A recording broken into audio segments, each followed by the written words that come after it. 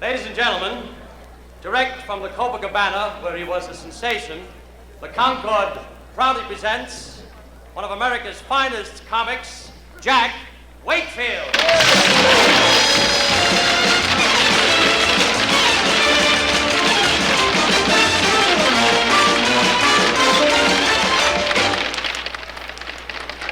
Thank you very, very much. It's great to be back at my home. The Concord has always been my favorite. The Copacabana was great, but here, I don't know what it is. There's just a magic about this room that I love. Here at the Concord, 3 of the greatest golf courses in the world, right? I played golf here last weekend. I had the greatest time. And you know, you got to be very quiet, especially if somebody's in front of you. There were 2 guys in front of me teeing off. One guy was just about to hit the ball. A bird flew by, hit him over there.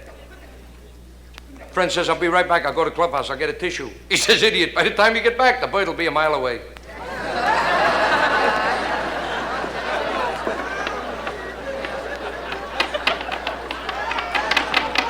Well, there's very few bird lovers, you know.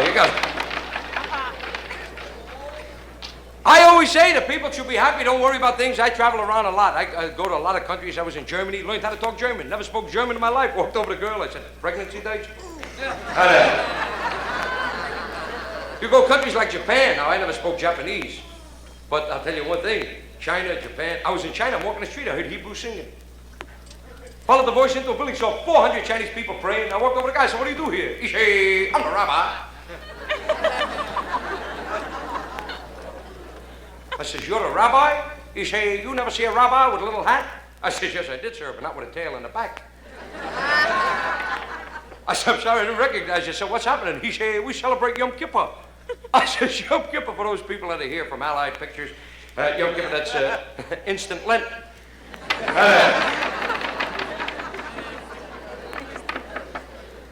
It's the same holiday, except in the Jewish faith. You push together one day, get it over with. And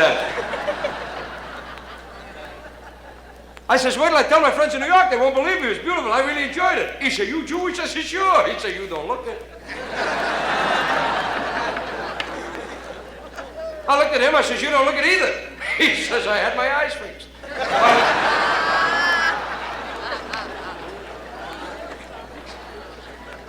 You know the thing that flipped me with China? Millions and millions of Chinese people live in China, right? No Chinatown.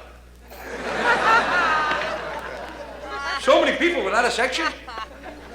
You figure you go to China, you're going to get the greatest Chinese food you ever ate, right? Forget it. They eat raw fish, rice. They don't know what Chinese food is. They had a big sign on the wall, pizza. I says, how come you have pizza in a Chinese restaurant? He said, we have big Jewish clientele. I was in a restaurant in New York, Chinese restaurant, during a holdup. Guy walked in, stuck a gun on his back. He said, give me all your money. The boss said, to take out?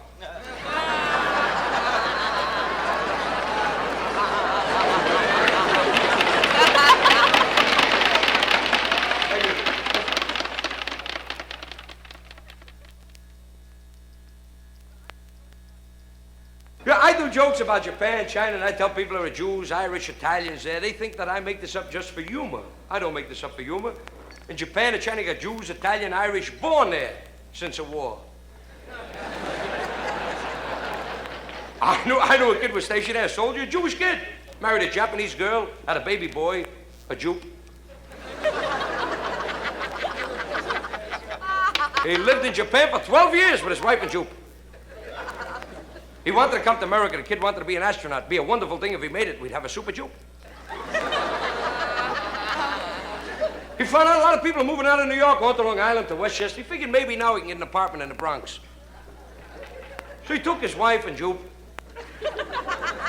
Came to the Bronx. As soon as he got to the Bronx, he got an apartment. You know how? He told him he was Puerto Rican.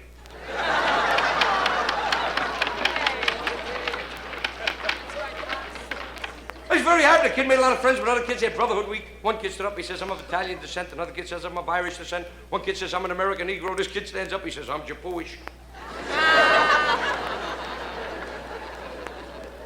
Everybody loved the Japuish kid. The only kid in the whole neighborhood with slanted eyes and a big nose.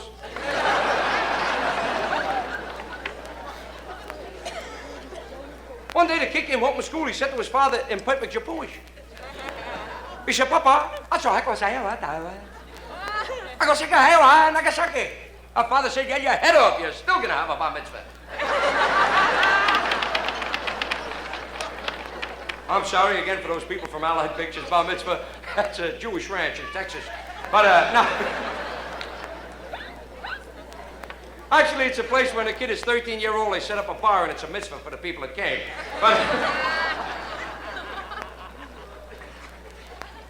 But I tell you, I love to hear people talk and trace their origin. Not people who are born in America, people who are born in Europe, like my own parents.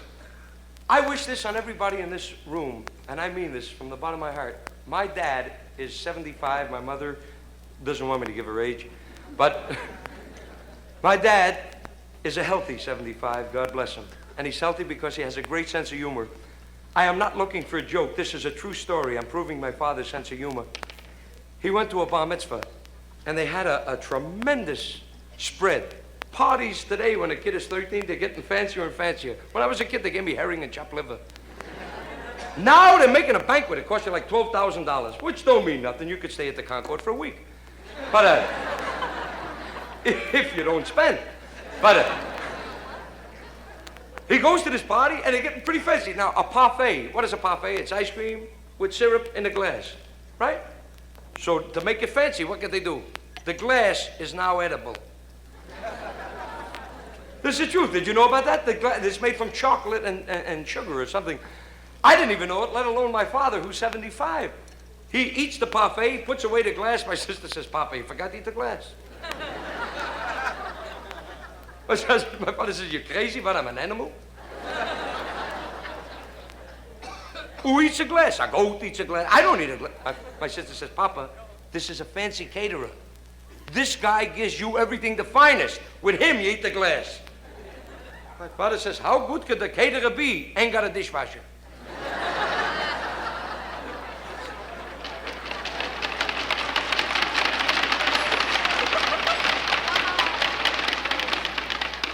She says, Pop, try it. Try the glass. I'm not looking to hurt my own father. You're talking to broken English. It ain't gonna make it worse. Try it. Takes a bite, chews, has another bite, chews, eats the stem, the base. He says to my sister, you know, Rosie, delicious. He says, I'll tell you the truth. I'm sorry now. I gave away my plate.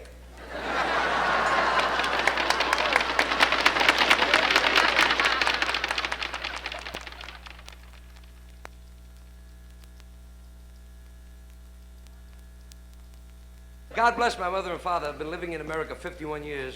They're married 52. My folks should be talking pretty good English now.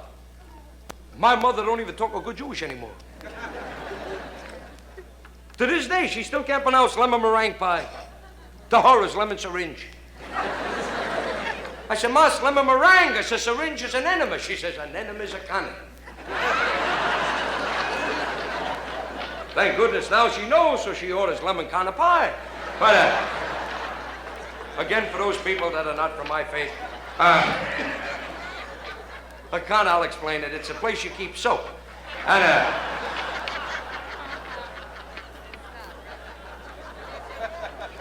I explain it kinda, I don't know.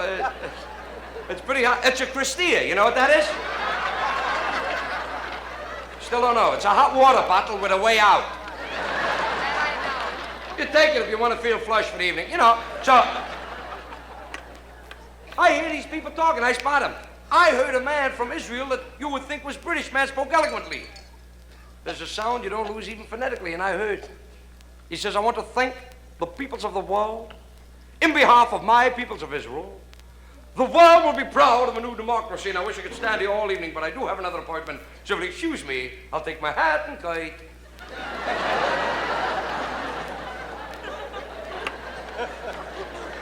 You're not going to hear this from an Irish police sergeant.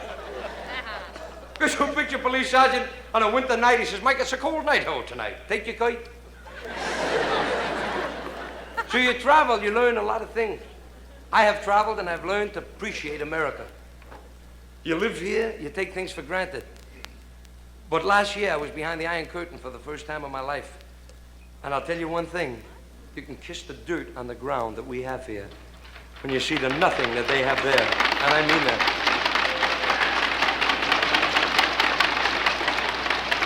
We take religion for granted in America. In the United States, you can be a Catholic, a Protestant, or a Jew, worship how you want. Live as one people, Americans. You don't like it? Then you convert. But it's your prerogative. Nobody stops you. They don't put your name in the papers unless you're in show business. You show people, they make a big thing. Elizabeth Taylor became Jewish, made the headlines all over the world. And I never knew that Cleopatra was a Jew. Sammy Davis became Jewish. Sammy Davis became Jewish. Him I never understood. But he became Jewish. Now he can't go to the Forest Hills tennis courts for two reasons.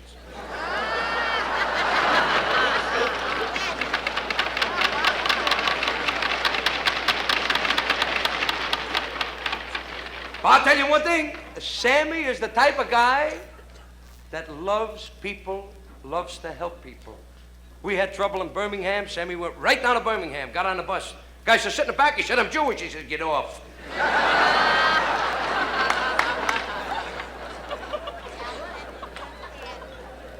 Sammy don't look to do things for publicity. His entertainment is publicity for him. He's a great, great talent, one of the greatest in our business. And I mean that. You can't applaud him. This man is just an all-around great. People think that he does things for charity, for publicity. This man has a big heart. He became Jewish. People says he did it for publicity. He did not do it for publicity. Sammy Davis wanted to be a Jew. Sammy Davis proved that he would be a good Jew because as soon as he became Jewish, he married a Gentile.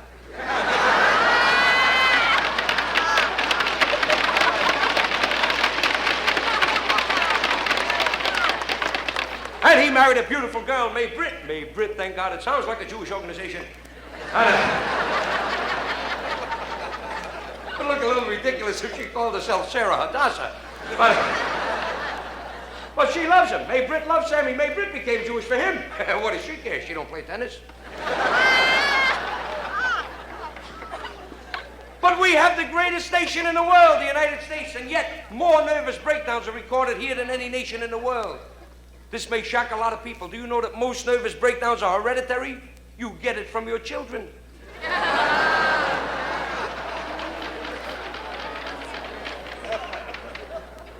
People today in this country worry about everything. We had trouble with Cuba. They worried about that idiot. Castro, that idiot, don't know how to open a couch. They make a big deal with NASA. NASA made the UAR, 38 million Arabs, put them together. Blamed the Jews in Israel. Said the Jews wanted the Suez Canal. Ridiculous. What are they going to do there without a boardwalk?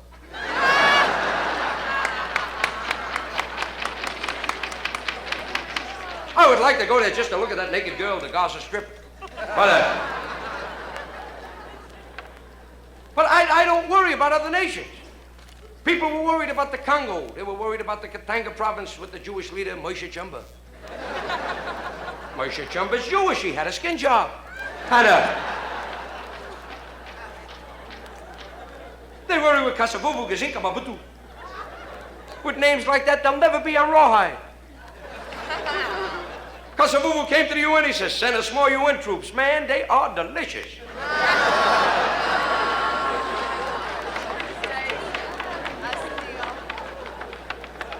He was coming here from the Congo. He's on a plane. The hostess says, lunchtime, here's the menu. He says, forget it. I want to see the passenger list.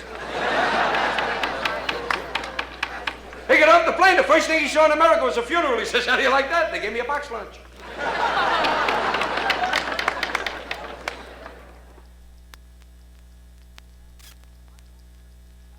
My mode for living is to relax, to enjoy life.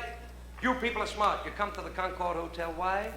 They give you more than any hotel in the world, and I am not doing this for this album. I'm doing this for my heart. Is that true? They give you everything here. And food, forget about it. I spoke to our owner, Mr. Van Erich. I said, Mr. Van Erich, how many guests do we have for the week? He says, according to the meals, 12,000.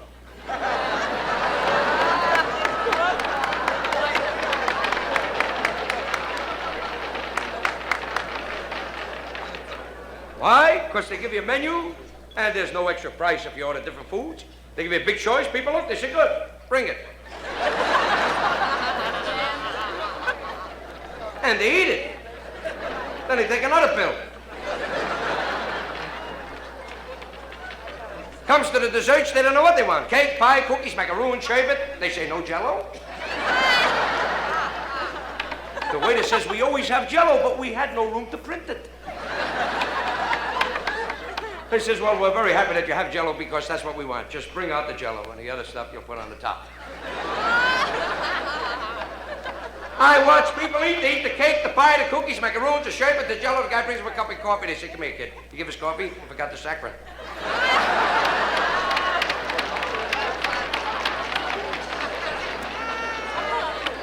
But bless you people, I was in the dining room tonight and I watched people eat. They don't waste. They do not waste. I see them eating, then they order everything on the menu. If they can't finish it, they take it to the room.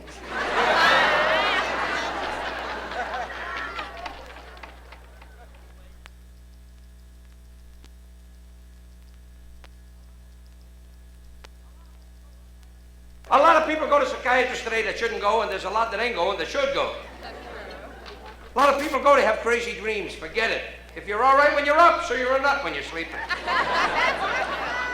Who are you going to meet in the bed, right? You're sleeping. What do you care? I have a friend of mine goes to the doctor because he dreams crazy dreams. Says to the doctor, you got to help me. Every night I'm dreaming of hamburgers. Hamburgers. Doctor says, don't you dream of women? He says, I put ketchup on them. I went to a psychiatrist. I wasn't even sick, but I went because I wouldn't do jokes without research. I walked in, the doctor said, lay down. I said, don't rush. Kiss me. You want me to tell you something? The doctor didn't know how to kiss.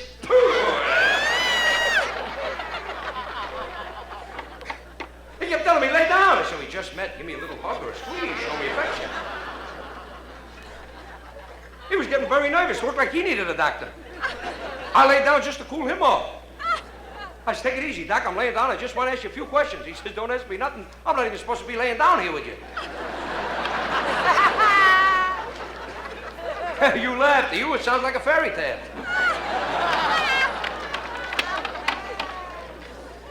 He kept telling me, talk, talk. I spoke for 2 hours. Now he's doing my act in the Catskill Mountains. A lot of people think you got a lot of money, you don't need doctors. This is not the case. Money only pays for the cure. If it meant health, I know a man should be the healthiest guy in the world. A multi-millionaire became a kleptomaniac. Steals nothing but wood. He's got everything else. Doctor said, what do you steal? He said, 2x4s. I said, 2x4s? Don't you take anything else? He said, a little knotty pie, not too much. I'm not crazy about it.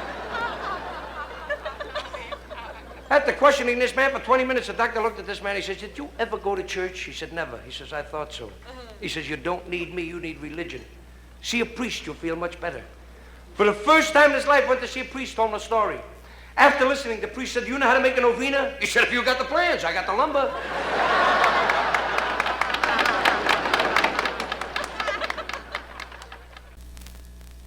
I wanted to be a doctor. I really mean it. Not that I love medicine, but I like the double park. A doctor, that's a wonderful profession, a well-respected profession. It's the only profession in the whole world. You tell a woman get undressed, and then you send a bill to the husband. I'll tell you one thing about doctors today. I really admire doctors. They are smarter today than they've ever been. Not that the doctors years ago didn't know what they were doing. They knew what they were doing. But the research has created so many more things today. Doctors know more about cures, more about diseases, more about causes. They know more about living, and more about living not only for you, but for themselves. Years ago, a doctor would work 24 hours a day. You had a little cough in the middle of the night. You call him up, he is there. Now you call him, Doc, I can't breathe, I have a little trouble. Take a couple aspirin, stay in bed. If you're alive in the morning, call me.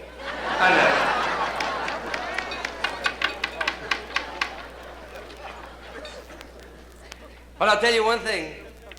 As I said, doctors today relax more. I don't know what town a lot of you people are from. I'll be all right. I spent $1,000 fix a nose and now the mouth don't work. Say the real nose used to be here. But I don't know what town a lot of you people are from. But in my town, if you get sick on a Wednesday, forget it. You don't get a doctor. Oh, you. I see. I call up my doctor. I don't mind that he's not there. Doctors on Wednesday today are very busy. Most of the doctors in my town do research every Wednesday on golf balls. And I don't mind that they go to country clubs. I think it's important because they come to the office more relaxed. The only thing is, they used to have a medical answering service. The nurse used to answer. She's not even there. I think she's the caddy. I called my doctor up. I says, hello, doc. They said, this is a recording. It's a recording? Where's the doctor? They said, the doctor's not here, but you have 30 seconds to state your ailment. Beep. 30 seconds to state an ailment? Beep. By the time I composed myself, all I had time to say is, I'm dying. I keep calling him and I get a machine. 20 times I called him, I got a machine. He's never there. I fixed him pretty good. I dialed my doctor's number. I says, hello, machine. This is me. The machine says, your doctor's not here, you got 30 seconds. Beep. I said, I got a pain here, one there, one there. How much time do I have, doc? Good. Oh, I have a little bit. Oh, I'm dizzy. I got pains in the chest. I give him all kind of ailments. But I don't tell him who's calling. Let him call all the patients. Let him portray a cup. What do I worry about him?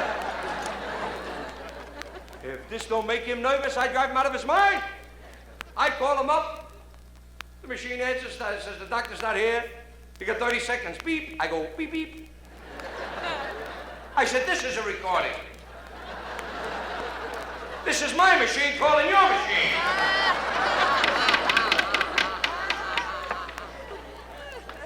I'll tell you, it makes me nervous with his machine. I called my doctor last Wednesday. I never got so upset in my whole life. He answered. He had to come in, the machine broke. He says, this is the doctor. What can I do for you? I says, I don't know. I want to talk to the machine. Called my doctor on the phone. I found out that he wasn't home. A crazy voice jumped from the wire and said, this is a recording. Ready, spin it. You've got only half a minute. State your case or tomorrow you'll be dead. Beep, beep. Where's the doctor? My throat is so hoarse. He's doing research on a golf course. Never heard such nonsense, what a mess. My house burned down, the baby's crying. My wife left town, I think I'm dying. Very well, who's calling? Let him guess. Beep, beep. Get me to doxy. Don't cure me by proxy. Every time I hear a beep, I turn to stone. In the confusion, I got a contusion. Whoever heard of hemorrhoids being cured by phone? My wife, who was a terrible yenta, had a pain in her placenta. Take my word, a loser never wins. Wouldn't you know that stupid machine was treating her for gangrene? But 2 weeks later, she gave birth to twins. I had a hernia, maybe this hernia. Never knew such pain, was plenty trouble. Cold, I couldn't sleep. All I got was beep, beep. Before I turned around, my hernia doubled. People all across the nation were at war with automation. Here's some good advice and do it quick. Buy up all the pills in sight. Let's band together, fight, fight, fight. The only way to beat it, don't get sick.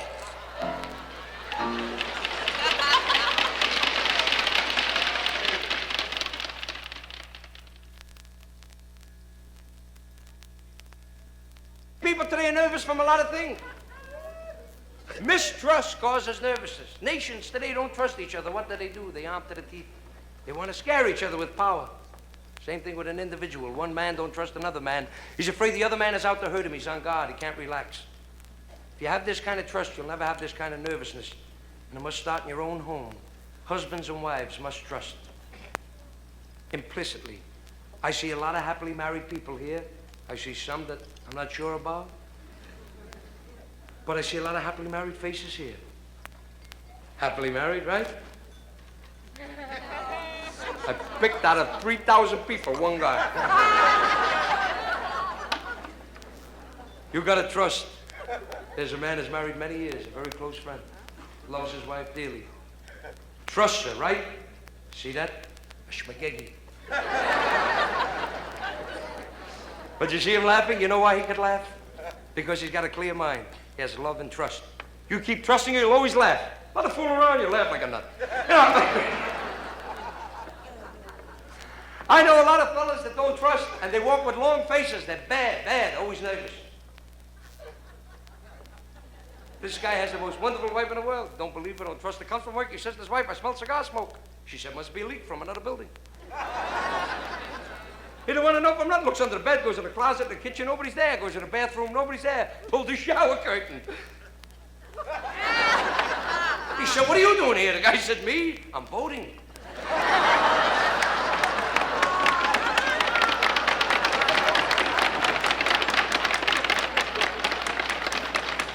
I guess he had his own primary. Now, you see, you must trust a friend. A friend is an important thing. A beautiful story about friends. 4 kids that were brought up in the same neighborhood. Catholic boy, 3 Jewish boys. You never saw closer friends in your life. What one did, they did as a group, never individually. Played ball together, went to the theater together, and they all grew up with the same thought in mind. They wanted to help people spiritually. They went to seminaries and became members of the cloth. They were so proud. They said, we're members of the cloth. Let's never lose this closeness, this friendship. Let's always keep in touch. One boy says, I'm being assigned to a synagogue. My greatest thrill is to have my best friends, the priests and the rabbis, my first services. They says, of course. They came, they enjoyed, they said it was beautiful. The priest said the most beautiful thing he's ever seen. A boy that he's known since the age of 3 of another faith.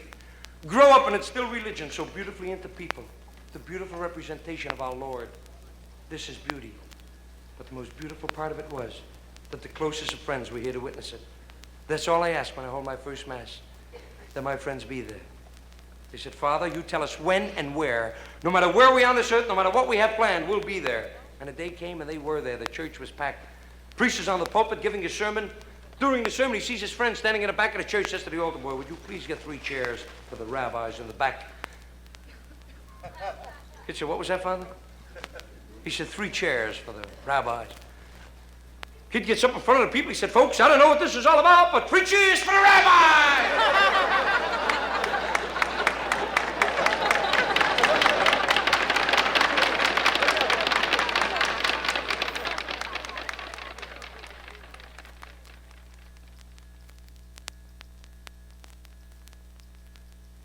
Everybody thinks show business glamorous. You're always on the road.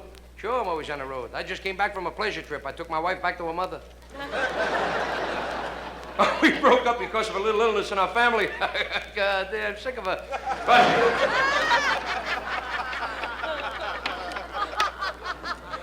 I kid you, it's my whole life. My wife, my kids, we have little fights, but the happiest of people fight. It's a normal thing to fight.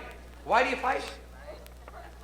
You're from different worlds. You gotta have differences of opinion. My wife and myself are from 2 completely different worlds. I happen to be from Earth. You laugh, I don't know where she's from.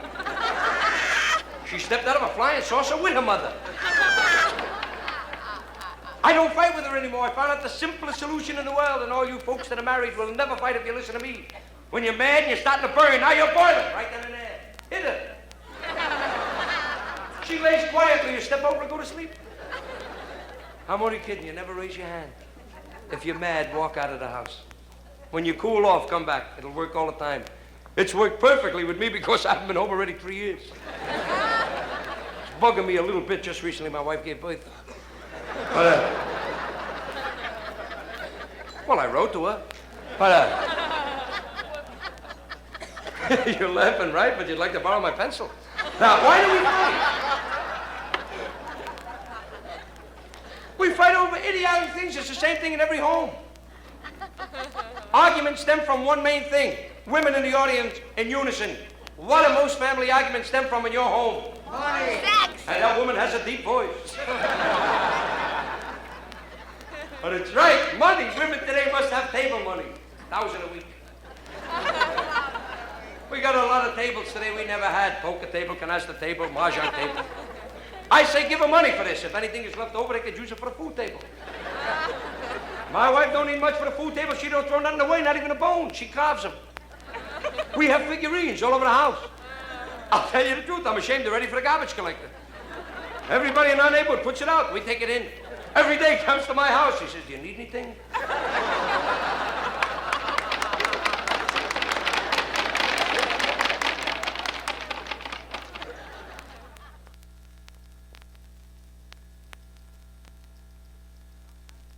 Sometimes children can aggravate the parents. They don't mean it. My oldest daughter is 17 and a half. God bless my Pam. A wonderful girl. But she aggravates me unknowingly with a hobby she took up, a telephone. This kid gets up in the morning, picks up the phone. Thank goodness now she knows that when she goes to sleep, to hang up. 17-and-a-half-year-old kid, 16 years ago, I couldn't wait to hear her first words. Now I can't wait to hear her last. I said, get off the phone, maybe Daddy wants to make a call, maybe somebody wants to call Daddy. Even a wrong number, give him a chance. What happens, the parents get mad, they put their foot down and they get them their own phone. They figured that it's a solution. I got my kid her own phone, I still can't talk to her. She has an unlisted number. I never had a phone when I was a kid. Nobody here could say they had a phone when they was a kid. Anybody have a phone when they were a kid? No, right? Who said yes? That lady? You had a phone? If you had a phone when you were a kid, lady, I don't know your father lay attentive when he was a bookie. Phone, I didn't have my own room when I was a kid. I slept in the same room, my brothers, my sisters, my mother, my father, and some other people we didn't even know. We had boarders. Everybody slept in the same room. Nobody ever taught me things. Nobody taught me the facts of life. I had a good seat.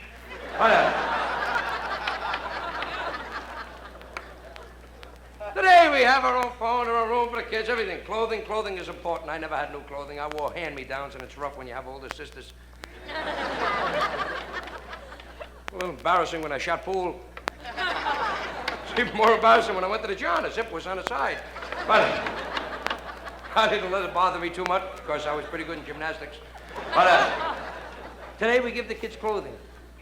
Bless them, let them wear it. If they don't, my kid has new clothing in the closet, walks around in dungarees, sneakers, boys' shirts, boys' haircuts. I saw a kid like this in the street. I think the fella said, that kid looks like an idiot. He said, that's my daughter. I said, I didn't mean anything, sir. I didn't know you're a father. He says, I'm not. I'm a mother. The mother says, spend. It's an investment, some investment. I figured to bring my kid up cost me $30,000 for a little pleasure I had one night about 18 years ago. And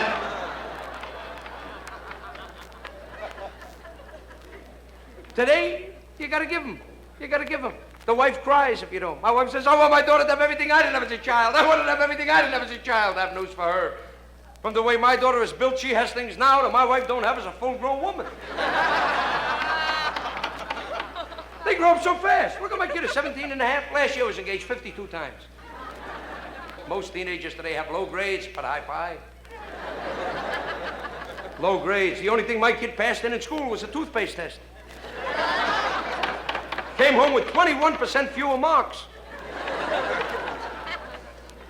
We do everything for the kids. I built a 12-room house for the kids. I went to a decorator. I said, look, I don't know anything about furniture. I want my children to be proud when their friends come in the house. Whatever you tell me to buy, I'll buy. Take me. We went to a place at Antiques. I bought 4 broken beds. I bought a moth-eaten carpet. You wouldn't believe the things I bought. You know what I bought? A spider web.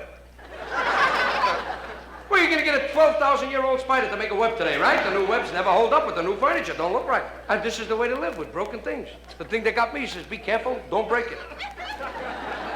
I said to the kids, you can't play here no more. I bought a warehouse. I bought a 12-room house for the kids. I furnished a 12-room house for the kids. You know what I did for my kids? I built a room onto the house for my kids. They shouldn't come in the house. I made them a separate entrance. Says, you want to bring your friends, bring them, but don't come in the front door. Go in your door. And were they surprised when they went to their door the first time? Goes to the next street. Into my neighbor's house, let his wife clean. My neighbor Smart built a tunnel in the cellar, sent them right back through the Engadine. But this is what we live for, as our family, our kids. I thank God that I have this. I thank God for this audience. You are wonderful. Everybody is put on earth for a purpose. Mine is to instill happiness. Thanks for proving my worth on earth. God bless you people of the Concord.